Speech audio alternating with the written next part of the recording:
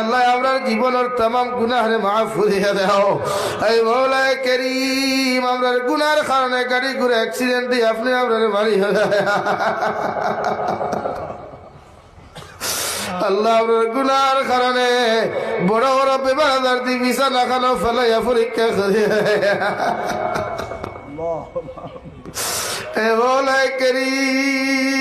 কত মানুষের দেখা গেলাম ইলা কত মানুষ অ্যাক্সিডেন্টে মারা যায়, মাথাও ভাবা যায় না পাও ভাবা যায়।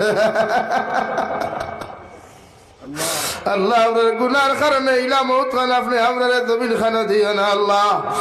মওলায়ে করিম আপনারে মাফ ফরমাও আল্লাহ। আপনি যদি আপনারে মাফ করিয়া না দেও রে দয়াল, এই জমিনকেও তো আপনারে মাফ করিয়া দেওয়া সম্ভব হইতো না।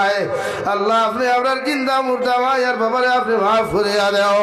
এই জমা তো অনেক হাসি করার মানাই।